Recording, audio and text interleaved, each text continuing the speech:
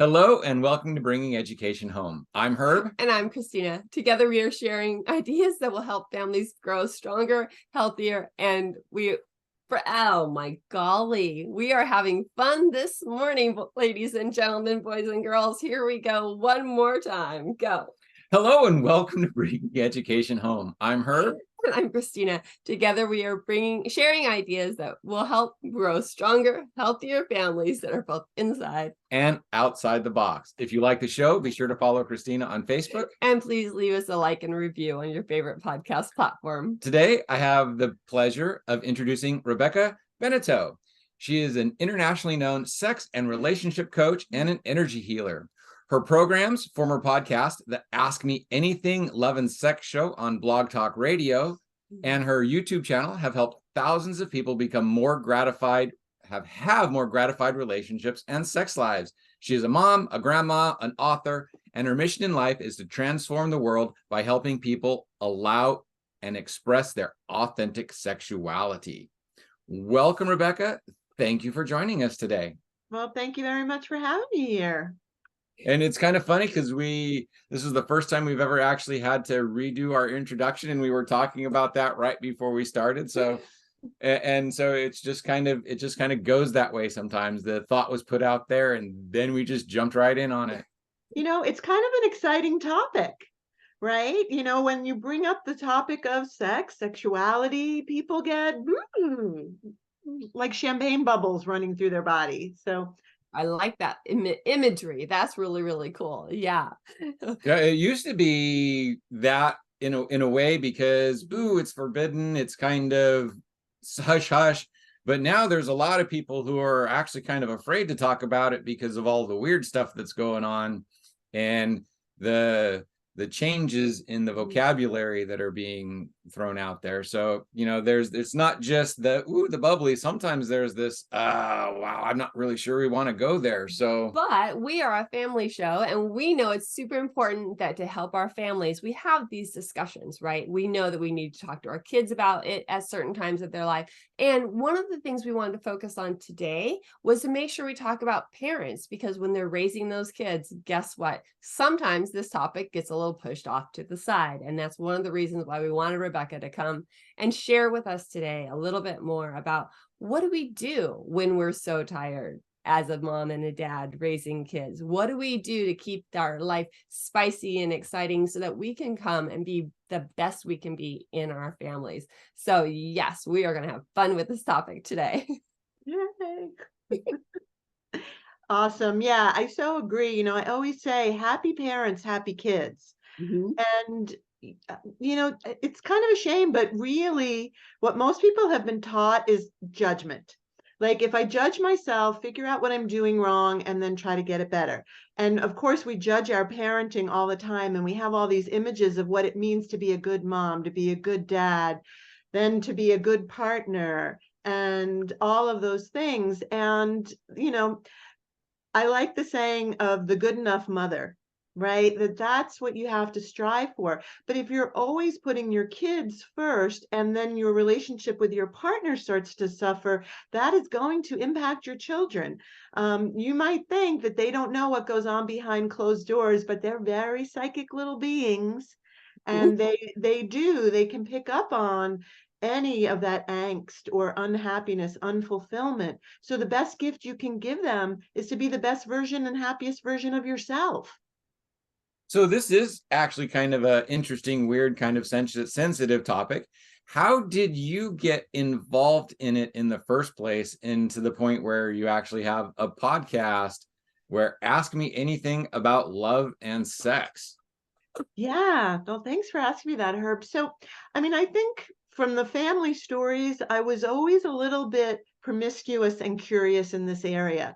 Like I was 5 years old and they caught me peeping at my father's Playboy magazines. And then something happened to me as a child. I'm not going to go into that, but that made me feel vulnerable, that made me feel unsafe in my body. It was an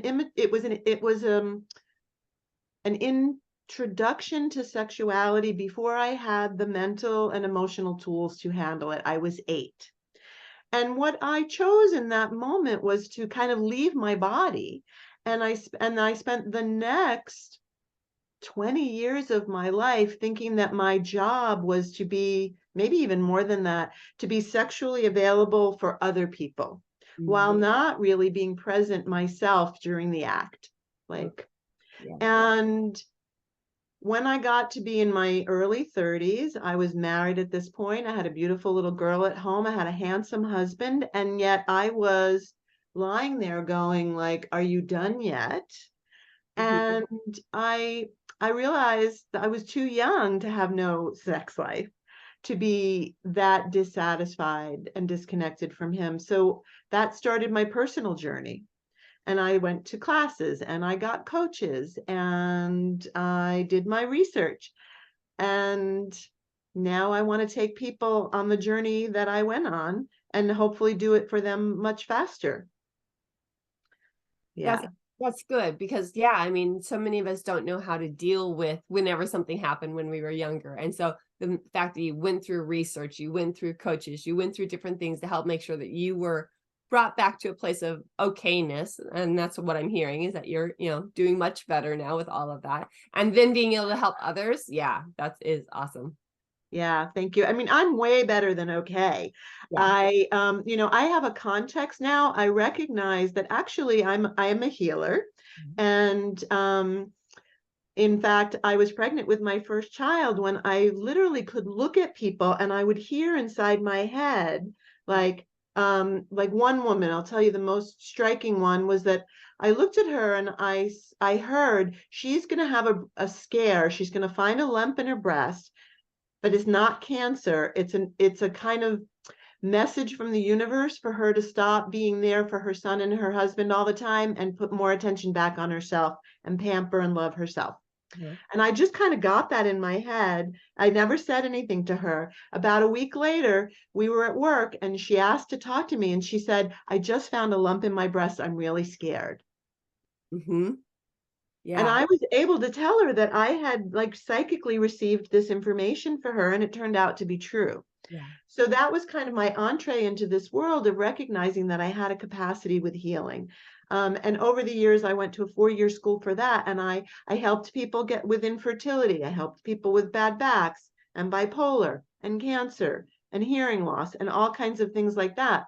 What I didn't recognize at first is that I'm also a sexual healer, and that is an area where I do not have a lot of judgment. So I'm able to really be a listening space, which is often just what people need. Like, who grew up with someone able to just listen to them, tell them things, point out what things were? No, we learned from maybe a mumbled conversation with our parents, our friends on the schoolyard, porn, horrible examples, right? So that is the context now. Whatever happened to me when I was a kid, I was actually not the victim. I was the power. Maybe I was the last person he did that to. I healed him in some way. And by healing myself and coming back into the pleasure of my body, I have a gift now that I can share with people. So I'm not wounded, I'm grateful. Awesome. That is an awesome attitude. I mean, yeah.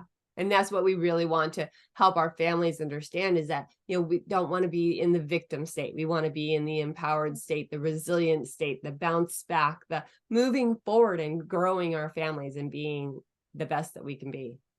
Yeah. I mean, don't you think that one of the greatest kids skills we can give our kids is to be resilient? Yes. I have 2 kids and I wanted to keep them safe and protected from everything. And my teacher told me, she said, you can't. There's no such thing as a life with no pain. Correct. It's what you do with that, how you use it, that matters. Absolutely. And that's one of the things we talk about with our families and our kids, is that, they need that struggle. They don't need the big, horrific, horrible struggles, but they need those little struggles each day, each week, so they can use their strength and use their powers and figure a way out of it. Their creative problem solving, their bounce backness, their resilience, right? All of those things that really help our kids grow. Yeah. I mean, how did you have a conversation? How does this conversation occur in your family? and parenting? I've always been the shy one about these kinds of things, and very shy, very conservative, very quiet. My family didn't talk about these things, right? I mean, I literally had to have those mumbled conversations. So I left it all to the big guy here. And we had 2 boys, so it actually worked out okay. He was the one that had to have most of the conversations with the boys. I also had to have a lot of these conversations with Christina as well.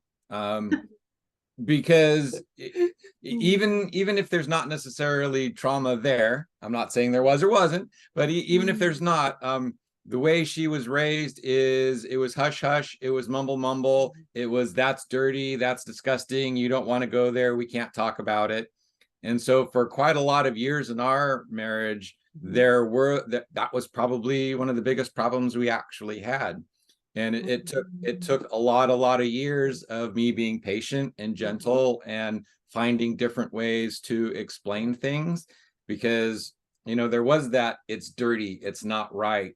Well, it was for one purpose. Right. Making babies, right? Yeah, absolutely. So, I mean, you're describing very common. Yeah, we did get through that, and it's we have a much stronger relationship there now than we ever have. So after 32 years of marriage, it just keeps getting better and better. But it wasn't always that way. And so, patience and respect and understanding are incredibly important. Yeah, beautiful. Lucky. I do find that sometimes people that grew up sort of shy and restricted and with some bad messages will pick a partner who's more adventurous in this area, because they know that person has the capacity to bring out this side of them. If you got 2 people that both grew up with some negative messaging about that, it can be a little harder. And then somebody's going to have to be willing to go first. And that's why it's sometimes good to invite somebody else in to give you those perspectives that you don't really have, and a safe space to have the conversations and the listening for each other. So real quick, I would like to point out that inviting somebody in as a coach, not as so just when I heard that, it's like, no, we don't invite people in. That's not no. So when I heard that, just in case, I wanted to make that clear, getting outside help, getting counseling, getting coaching. Yes. Somebody. Yeah, absolutely. And it's not for you, and that's totally cool. And for some people that works really well. I'm also really invite people to create a relationship that works for them. For example, I know one really successful couple that have separate bedrooms because he snores really loud, and it was disrupting their sleep. And rather than hold themselves to the definition from outside of what a good marriage looks like, they gave themselves permission to make a solution that works for them. And now, it's romantic. They have their bedrooms, they look across your place or mine, and they're also more deliberate about the intimate and romantic time that they spend together. It's not by default. So yeah, something might not be for you, but can you suspend your judgment and just be curious? Like, your partner might come to you with a desire. A partner might come to you and say, I realize that this arouses me. If you immediately go to, ooh, that's gross, you're a pervert, the conversation stops right there. And you actually you're asking them to kill off a part of who they are for you, which can only down the line lead to resentment. Right. But if you're like, really, I'm not sure that interests me, but tell me more about it. What is it about it that you like? And maybe in your couple, the conversation can be enough. They don't ever have to, like, saying doesn't turn me on at all to think about another person in our relationship, versus, well, I'd like to entertain it in my head. I wouldn't ever want to do it for real. So it can be something that you just swap fantasy about.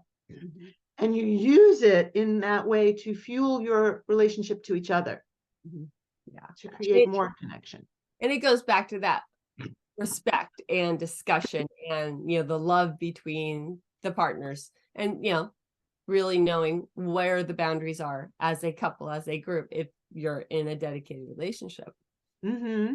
Wow. Yeah, absolutely. And being willing to just notice, excuse me, what thoughts you're thinking or what you've been taught. Like, what are you bringing as your baggage? Right. Yeah. Exactly. And being willing to recognize it and just evaluate, well, I was taught this. Is it true? Mhm. Is it true for me? Does it serve me anymore? Like, yes, as young girls, we're taught keep men at bay. Now suddenly we're married, and it's like, be available, be fun, keep him interested, greet him at the door wearing nothing but saran wrap and holding a martini. What? I think he liked that one. You got lost. They get It's that Oh, switch. there you go. You guys are a little bit younger than me, but there was like an article in Cosmo magazine back in the day that recommended that as a way to keep your marriage sassy. Yes. I think we would surprise you. We're We're actually a lot older than we look. Oh, okay. Oh, so let's bring this around to our families a little bit, because this is awesome that we're talking about, the respect and the open communication and getting help when you need help. But let's talk about those worn out, tired parents. What can they do? What might be some ways to maybe help keep things spicy for them, even when they're so tired? Let's say Yes, right when kids yeah. start going back to school, that's when stuff gets really crazy. So, Mhm. there's so much extra work so school age kids, young Scheduling. schools first go into school, that's when parents would really need some extra help. So yeah, so where do we go from there? Yeah, absolutely. Well, I mean, just recognizing that your life is different when you have kids at home, and you're right, school age kids this time of year going back. So first of all, making your intimate time together a priority. It's not the thing you leave to last, to right, at night when you're exhausted. What can you do to carve out that time for yourself? Can you get into some carpooling so that you're not always the one that drives the kids to baseball practice, and the other partner comes home early, maybe from work, and you have a little afternoon delight? Can you have a little lunchtime meetup, even at a hotel somewhere? That always, hotel sex is always fun, right? It's different. You're not home seeing the pile of laundry in the corner. So do things to get outside of your space. Be willing to ask for help and recognize that other people really do want to help you, and you can also help them, because the day you take their kids, now they have time. So now you're creating a community that is stronger as well. Other couples, making that kind of time. If you can afford babysitting, great. If you can't, is there a babysitting co-op where you are? Right. Wow, the Um, idea hiring a babysitter so we can go off and play, that just never occurred to us. No, as we were raising our boys, it's like, no, babysitters were only for, when we had to go do something else kind of thing. So yeah. Right. It's because we make a priority those things we feel we have to do or have to attend, versus keeping ourselves strong as a couple, having that quality time, that alone time, that adult time. We deserve it. And that's a piece too. Do we deserve it? And looking at, do we deserve this time? And why is it important? Well, there's lots of physical benefits that you get from sex. And including, it nourishes your brain. A lot of people don't know this. It lights up different areas of your brain, can actually keep your memory longer. It is more nourishing for your brain than chess or crosswords. It releases endorphins that calm you, that nurture you. It releases the bonding hormone. So when you are intimate with your partner, right, you're creating more connection, so that when stuff does come down the pike that's difficult or challenging, or that you might normally argue over, you don't, because the world looks so much rosier. Those things are just kind of don't bother you as much. Yeah. And now, you're creating this feeling of togetherness. Sometimes when something difficult comes, a couple can have different strategies. Mhm. Yeah. This happens in sex too, right? So look at what you might want. Like one partner wants sex more frequently, and one partner wants more sort of intimate, non-sexual time. Yeah. Oh, you two are so cute. So those are actually strategies. Mhm. And what is the goal? The goal that each of you probably have is to feel more connected to each other. Mhm. And you just have a different strategy. So now you can spend some time talking about what would be a win for both of you, where both of you would get your needs met, where both of you feel good about what you're going to do. Yeah. So from my point of view, when it was time to hang out with my friends, I would always it was asking her, but it wasn't necessarily asking her. It was asking her like, hey, do you have anything that I need to take care of, or because I'm planning on doing this. And my friends would always say, oh, you're always asking your wife permission. I was like, no, I'm out of respect doing this because she lets me play with her boobies. It's a family show.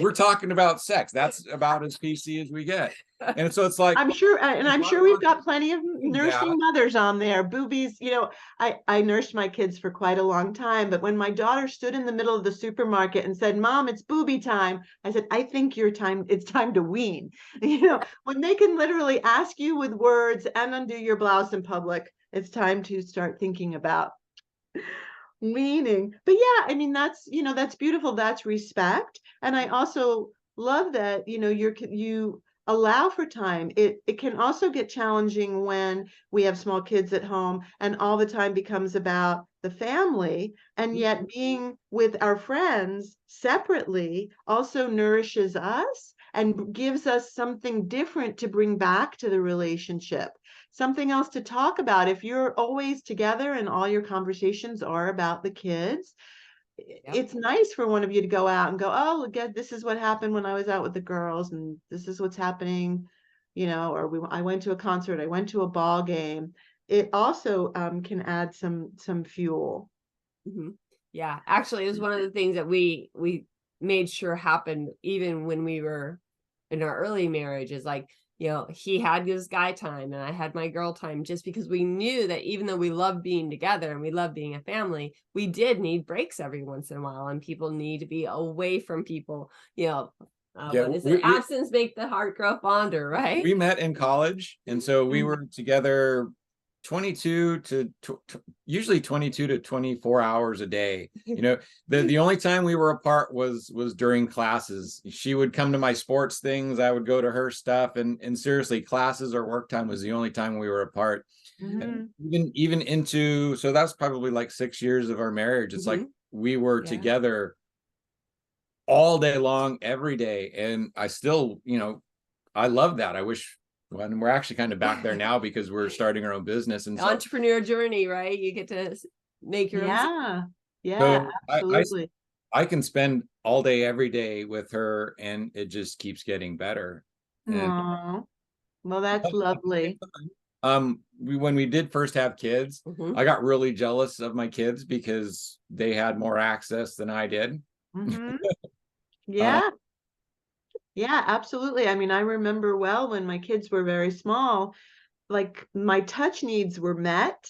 And in fact, when I wasn't nursing, I just wanted to be in my own little space. Those first couple of years, if anyone's listening that has really small kids, it took me 2 years to get my personality back.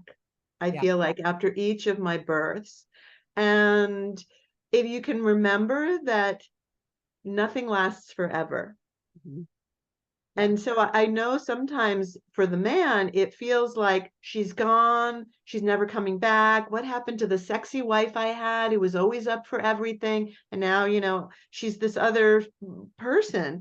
But she's got bigger boobs, which is fun. But I don't get to like, play with them as much because they're for the kids. yeah, exactly. And, to just recognize that there is an ebb and a flow, but not to look. Another thing I see that's an obstacle to great intimacy is wishing that now was like it used to be. Mm-hmm. Like you need to kind of let go of how it used to be and be in the present and take what's available, and then it can change again. It's going to change again. That's inevitable. And I think women recognize that more because of our biology is constantly changing and flowing.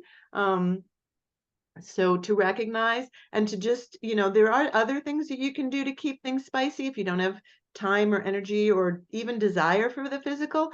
Notes, love texts, thinking of you, when it's sexy time, I would really like to do this. Plan it, enjoy the planning of it. If you can't really get time together until Saturday, have a little ramp up every day until Saturday. What are you going to wear? Wouldn't you like to know? I'll tell you this, is it the red or the blue, and just bring the flirtation back. Yes. Right. Yeah. Cause sometimes when there's a great book, Mating in Captivity by Esther Perel. Okay. And she talks about how the things that draw a couple together and keep and bond them to get together are not the same skills that you live from once you are together. Part of what makes the early courtship spicy is that unknown. And once you're with a partner, you don't really have unknown anymore. So how can you reintroduce that a little bit? And that's where the flirting comes in.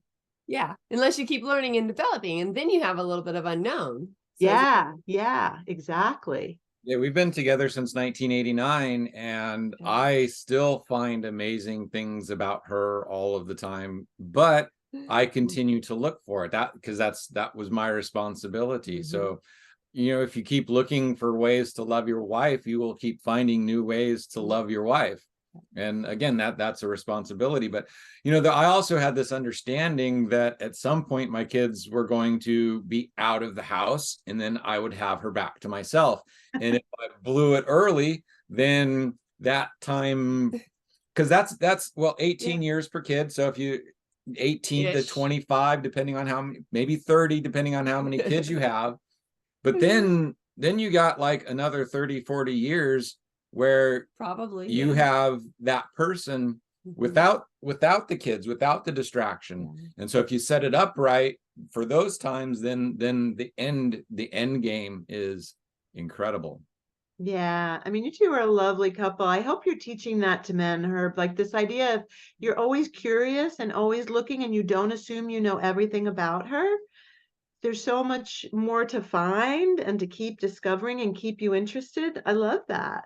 I am getting into men's work and men's coaching, but again, it's kind of slow because I have brain damage. My business acumen kind of messed up. So while I can talk this way, the getting the interest in the people together is a little more difficult for me. So we're working. And also men are kind of solitary creatures, because we've kind of been bred that way for the last 40, 50 years. And so it's really difficult for men to talk and share and open up.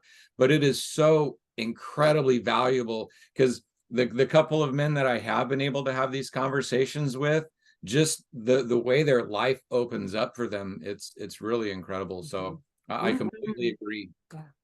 More men need to be having these conversations. Yeah, absolutely. I'm a huge fan of safe spaces where men can connect to those other parts of themselves and learn from other men. Exactly. Yeah. I think one of the greatest things that we were just talking about is to make sure that people, family, couples who are listening, is that there's seasons throughout the child rearing, right? For a while, the kids are so needy in the first couple of years, right? And then they become more independent. So things kind of change and you can do things a little bit different. And then they become even more independent and things change again and you do things a little bit different. So make sure you're looking forward to that. What is the change that's coming? How can you take advantage of and, make a positive change in your relationship as your kids are growing as well? So as our families are looking at all of this, the spicy talk, the not so spicy talk, the things that really make families grow and develop is that look for those changes, look at how things are going now, plan for the future, really make sure you're taking things into consideration. And I'm not sure how much we actually talked to the kids, but we modeled really good behavior. So I was always very flirtatious with my wife. I was always grabbing her butt and kissing her in front of the kids. I would always try and just embarrass them just a little bit with how affectionate we were, just to let them know that, hey, this is okay. This is normal for husband and wife. So what are some things, because this is for also about kids, what are some ways that parents can age appropriate start informing their kids? Because I used to embarrass the heck out of my kids and I thought it was funny, but at the same time it was pretty appropriate. Because I didn't go crazy, but how do you go about that? I mean, it is beautiful that you modeled for them. Like, they do need to see appropriate affection, and they'll go, ew, gross, but because they don't really want to think about that, you in that role at that part of their life. But eventually they will look back and be like, oh, I had good models. So with kids, you want to kind of take your lead from them. How much information are they ready for? What do they want to know? I believe that you should tell children the appropriate names for all their body parts right from the beginning, and create a sense of body positivity. A lot of what we do is, don't touch that, or, don't, that's your wee wee, we make funny names for it. And just, you can teach them the names for everything. All of your body is beautiful, and there are parts that are for you and that you will share with people when you're much, much, much older, when you're a grown-up. Boys have these, girls have these, and kids are very innately sensual. They are, and they do need to be protected in that they will flirt.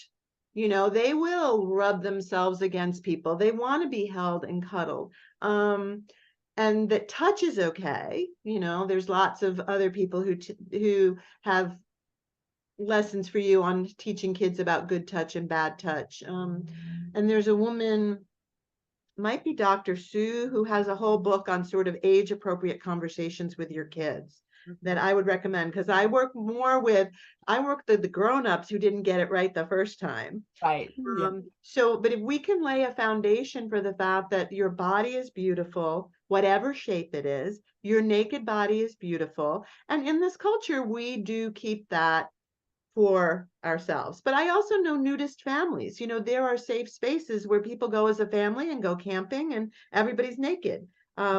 Usually around their teen years, kids get that self-consciousness. And that's when they really start to judge themselves and they compare themselves, and they're always comparing themselves against other people who have developed faster, or, so as much as we can reassure kids that all body types are beautiful, that at all different times in history or in different parts of the world, different body types, there was a time where no boobies was fashionable, big boobies are fashionable, and that, being them is the greatest thing that they have to offer anybody, that they will find somebody who likes them just the way they are.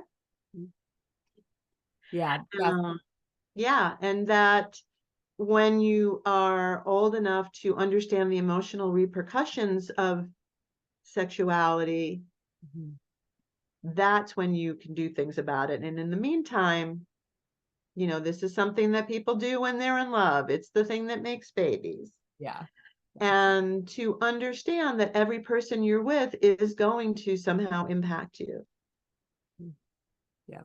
So as conservative parents, that whole bonding, impactful thing, we stress to our children that you should save that for one person, because each time you bond with somebody, that bond becomes less and less. So if you can wait and find that person and bond with one person, then that bond stays so much stronger. Yeah, absolutely. The values of your family, your upbringing, your religion that you want to give your kids is what's important. Yeah. But I Yeah. really also liked how we were also talking about modeling, though, that, it's okay to kiss in front of the kids. It's okay to hug. It's okay to, be a little bit playful, because you are their model, but also the respect part. So like Herb has always been very, very respectful as far as like opening doors and making sure he gets me things if I need some help with things. And that was really important to teach the boys, because like, how maybe, do you want your wife to react to you when you get married? And how should you maybe be treating people? Just kindness in general, but whenever you want that special relationship, you want to do extra special little things to help them know that you love them and care for them. And so the same way with the girls is like, what are they looking for? Do they want someone who is respectful to them, that helps them when they need it? So those kinds of modeling is super, super important. Yeah, we would go up and waitresses would be like, wow, you are the most pleasiest and thankiest family we've ever met. We went on a cruise and took the family, and my sons went around opening the doors for people. They just went around the ship opening doors for people whenever. Having fun. And so, yeah, I tried very hard to make her forget how to open doors. Yeah. Yeah. Wow. That's, a culture of kindness. Mm-hmm. And you brought something up that I think raising sons in today's world is so important. Raising respectful men. My daughter actually got in trouble in high school because she was wearing a tank top. Mm-hmm. And they took her to the office and they said, you need to put on your jacket. And she said, why? And they said, because you're distracting the boys. And she actually said to them, instead of telling me what I should or shouldn't wear, why don't you teach the boys not to be distracted? And I think that is not being reinforced. We're telling girls that they cannot wear what they want to wear because they're a distraction to the boy, that they're, inviting something. We need to teach boys how to give women the space to wear what they want. It's not for their entertainment, and it's not an invitation to any kind of behavior or objectifying, right? That if we can teach boys to see women as human beings, full, not just that thing that gets them excited. And if we can teach girls to feel empowered and know that they have the power of no, and that it isn't important to be liked or chosen. It's important to know who they are and what they want from life. And is this person going to be kind and nurturing and care for them and respect them? Yeah. Like instilling those values, I think, will create more balance. We've gotten somewhat askew somehow. Yeah, exactly. But, part of it also is that, whenever you choose your clothing, are you being respectful of you too? Because like we were talking about, our body is something that we, kind of are in charge of and are protective of, or choose when to share. So again, depending on what you wear, it's like, how much are you sharing? When do you want to share, that kind of thing? So those kinds of conversations as well about, Mm-hmm. Yeah. Yeah. But I mean, you look at someone like Dolly Parton, and quite famously, Barbara Walters asked her, why do you dress like that? And she said that it made her feel empowered. Yeah. She was actually copying the woman in her town that was the most sovereign. And she dressed like that. And so Dolly Parton dresses like that and created that body, not so that other people would look at her and think she was, so sexy, but because of how it made her feel about herself. Yeah. So. Yep, exactly. Yeah. And, it goes back to that culture of kindness and respect. It's like, what do we want our kids to know? Kindness and respect. And we treat everybody with kindness. Mm-hmm. And, Mm-hmm. Yeah. And to wait until you have the emotional wherewithal to deal with the energy that will create it and the emotional repercussions of your actions. Yep.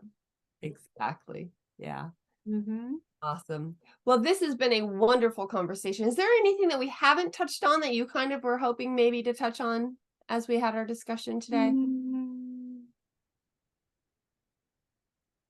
No, I mean, I think this was a really broad-ranging, comprehensive conversation. I would like to invite your listeners, if anything that we've said has intrigued them, I would like to offer you a free Gratified Sex Life discovery call where we can just talk for 15 or 20 minutes and you can have a listening ear of what your goals are, what your obstacles are, and I'll give you some maybe resources and strategies, including working with me, but not only. For how you might get your goals for having more satisfaction, a better relationship to yourself or to your partner. I work with men, women, and couples both together. So, and yeah. Yeah.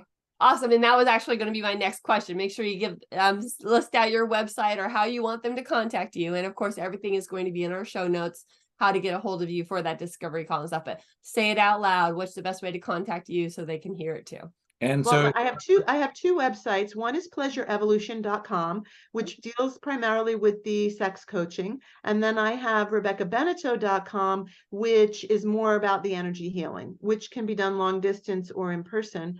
And then I'm all the places, Instagram, Twitter, LinkedIn, YouTube. There's a lot of resources on my YouTube channel as well. Pleasure Evolution TV.